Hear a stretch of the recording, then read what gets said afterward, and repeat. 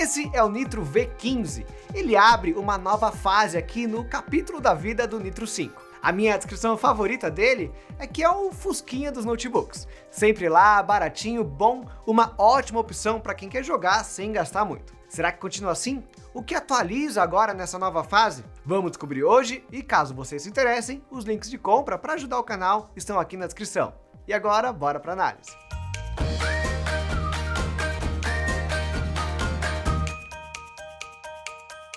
Bom, apesar do nome mais ou menos novo, o Nitro V15 continua com o mesmo foco de gerações anteriores. E esse é um dos melhores focos na minha opinião, que é ser barato. Eu começo o vídeo já com essa descrição dele porque muito do que vimos aqui é um reflexo desse objetivo de ser um dos modelos mais em conta. A Acer não vai trazer aqui preços baixos porque ela é boazinha, ela quer essa parcela do mercado só para ela. Mas temos uma questão aqui. Querendo ou não, estamos mais exigentes. O que classifica o notebook gamer hoje tem que ser uma máquina muito melhor do que era no passado. Basicamente, não dá para poupar no hardware. Então eles precisam poupar em outras características, né? Aqui observamos limitações em 4 delas: na construção, na tela, também no hardware e no software. Ou seja, são todos os aspectos de um notebook, mas calma que não é tudo dentro deles. São alguns pontos só. Eles são bastante evidentes e algumas vezes incomodam no uso. Mas comparando com as gerações anteriores, o notebook sofre menos com esses cortes. Começando então pela construção, a mudança mais evidente é no design, muito mais bonito agora. Eu até gosto do Nitro 5, mas convenhamos, é um designer desesperadamente gamer. Aqui ele tá melhor. Talvez não esteja bonito ainda, né? Isso é uma questão de opinião, mas tá menos desesperado. Uma mudança técnica que pode ser mais importante é o remanejo das entradas e saídas de ar. Na parte inferior, as grades para coleta de ar estão maiores, ocupando praticamente metade da superfície disponível. Tá bem aberto mesmo, você consegue ver claramente o que está ali atrás. O que pode levantar também uma pequena preocupação com poeira. É bom ficar de olho e se acostumar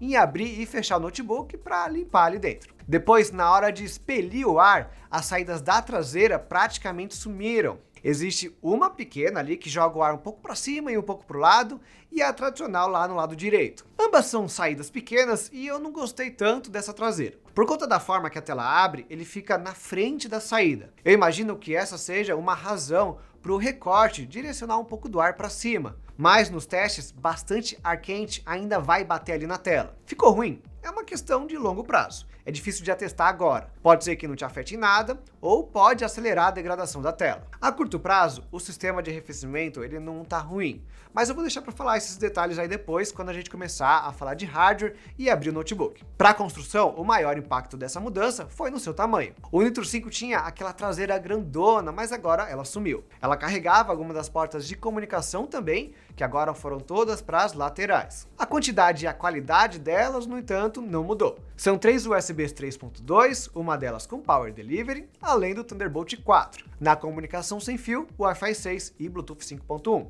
Comparado com o Nitro 5 lá da 12ª geração da Intel, tá tudo igual aqui com exceção da posição. Isso é melhor ou pior para o usuário final? Bom, o Nitro V15 é com certeza melhor de carregar que o Nitro 5. Comparado a essa geração com a anterior, o comprimento cai, não 1, não 2, mas 3 centímetros. Faz diferença. Além disso, essa tampa, quando aberta totalmente, levanta um pouco mais o corpo da superfície. Isso já pode ser algo positivo para o arrefecimento, principalmente para quem vai usar uma tela externa. O notebook aberto vai ocupar bastante espaço, mas o corpo fica com mais área para coleta de ar embaixo dele. É uma maneira de olhar de forma positiva aqui para as mudanças. Ainda no corpo, onde a gente percebe que o Nitro economiza mais é no seu teclado. Não é ruim, ele é retroiluminado, quando um pad, usa bem o espaço aqui que ele tem, mas a questão de durabilidade não tá legal. O seu toque é emborrachado, bastante único. É bom de digitar, as teclas são bem leves também, mas ele parece mais barato, bem menos resistente. Tanto é que eu tive problemas com isso em um dos Nitro 5 mais antigos que testamos. Com o tempo, ele começa a dar uma espécie de mau contato, não registrava bem a tecla. Eu li vários relatos disso na internet. Pode ter sido uma sorte minha ou não. Mas ó, desde o começo eu tive essa impressão impressão negativa em cima dele. Se você tem um Nitro 5 antigo, por favor me contem aqui se o seu teclado começou a dar problema. E se você quer comprar um, olha lá nos comentários se esse problema é frequente ou não. Aliás, deixa eu aproveitar aqui a pausa, né, e te perguntar, vocês já conhecem o nosso comparador Escolha Segura?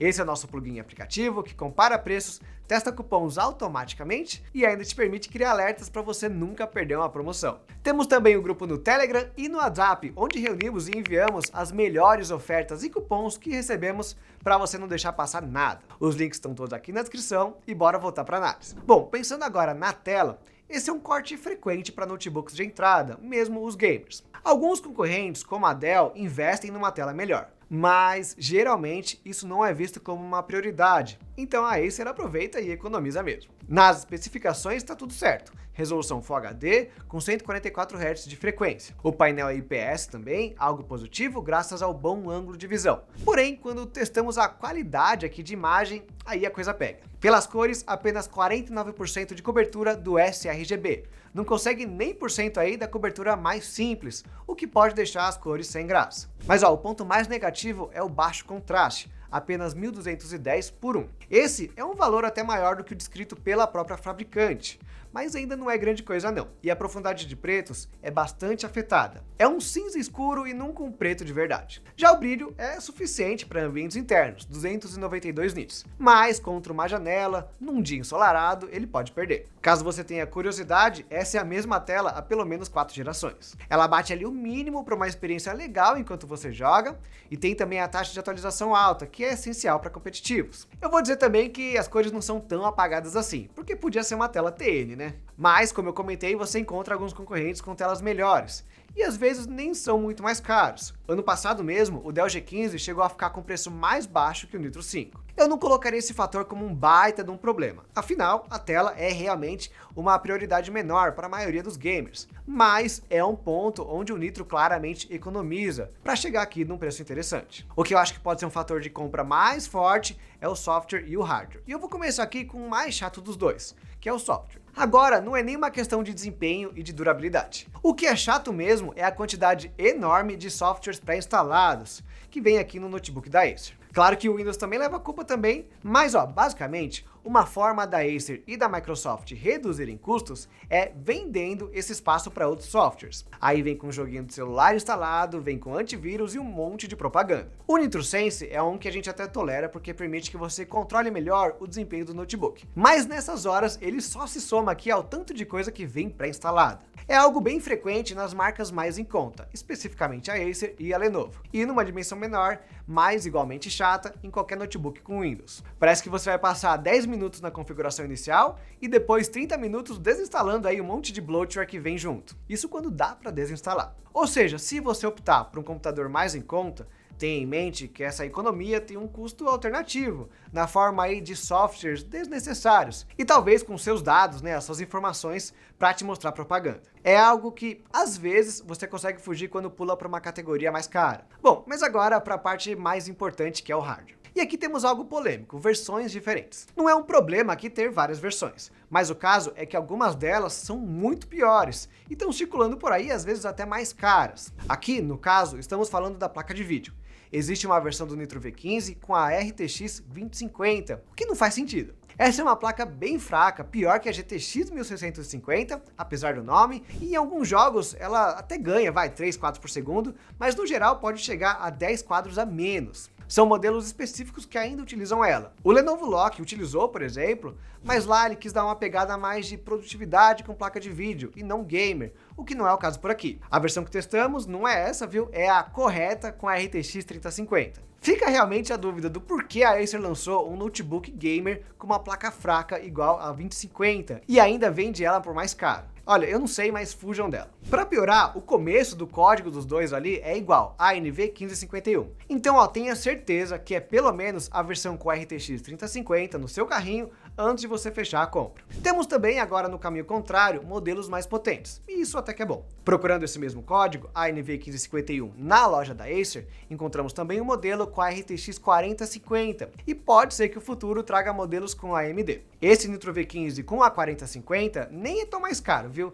Mas seria necessária uma análise isolada dele para ver o custo-benefício real. Aqui para 3050, que é o mais em conta, que vale a pena, o perfil completo de hardware traz o processador Intel i5 13420H, a placa de vídeo igual à geração passada, 3050, porém esse é o modelo com 6 GB de VRAM, ao invés de 4. A memória RAM é uma DDR5 de 8 GB e o SSD possui 512 do tipo NVMe. Para o processador, nos testes, a i5 13420H se saiu bem. É um modelo de 8 núcleos com 4 eficientes e 4 potentes. Rodando Cinebench, como todo Intel nessa arquitetura, você precisa descartar aí a primeira volta. A pontuação sempre é mais baixa, mas depois ele pega no tranco e o V15 atinge marcas entre 9.000 e 9.300 pontos no modo equilibrado. No modo desempenho, esse valor sobe 1.000 pontos, às vezes um pouco mais. O valor mais alto que eu vi foi de 10.358, o que não é uma grande evolução quando comparado com o i5 12450 da geração anterior. Ele também ficava ali entre 9.000 e 10.200 pontos, dependendo do modo. Agora, essa 13ª geração da Intel, ela não se preocupou tanto com o desempenho, apenas algumas melhorias pequenas em suporte de memória e eficiência. Por isso, as pontuações são parecidas, mas talvez não fosse para tanto. Para jogos, foi o suficiente, mas aqui temos um probleminha. O grande corte de hardware que eu comentei é a RAM. A Acer atualizou o Nitro para DDR5, mas não mudou a quantidade, ainda são apenas 8 GB. Essa quantidade era ruim no DDR4 e é pior agora no DDR5. Não porque a performance é pior, mas por uma questão até moral mesmo. O que acontece é que o DDR5 tem uma vantagem muito boa perante o DDR4, porque ele não precisa de Dual Channel. Nós fizemos os testes e sim, os jogos ficam melhores com 2 memórias instaladas, mesmo na RAM atualizada. No entanto, na comparação na queda de performance, com apenas uma memória instalada, o DDR5 se sai muito melhor que o DDR4. A versão mais nova no Single Channel fica ali bem pertinho do Dual Channel, enquanto que os quadros por segundo na versão anterior caem quase pela metade. Mas a questão é que os jogos ainda precisam de um mínimo instalado de memória. E hoje em dia, nem o Windows gosta de apenas 8 GB.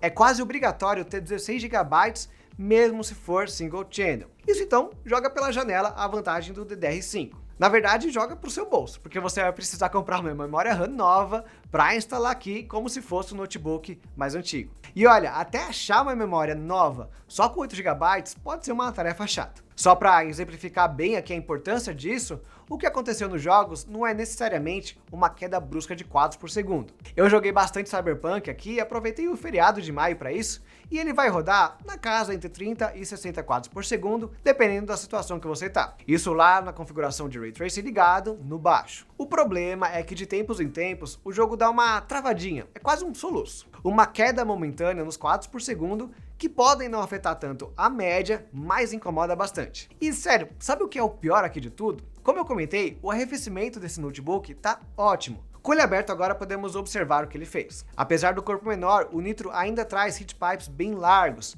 Ele cobre aqui uma boa área. A ideia é levar tudo para esse mesmo lado do notebook e com 2 ventoinhas juntas, assoprar o calor para fora. O espaço de saída reduzido realmente aumenta o ruído e no modo desempenho você vai precisar de um fone de ouvido. Eu falei isso umas 3 vezes já, mas vou reforçar. O Nitro 15 é muito desnecessariamente aqui barulhento. Parece que ele liga a ventoinha no máximo só de sentir a CPU passando de 90%. O corpo nem precisa esquentar. Isso pode ser configurado lá no NitroSense, mas não é um controle tão fino não. São basicamente 2 velocidades, a automática e a máxima. Você pode escolher uma porcentagem específica, mas não temos a curva de acionamento. A única solução boa mesmo é comprar um fone de cancelamento melhor. Ainda assim, o importante é segurar as temperaturas, e ele conseguiu.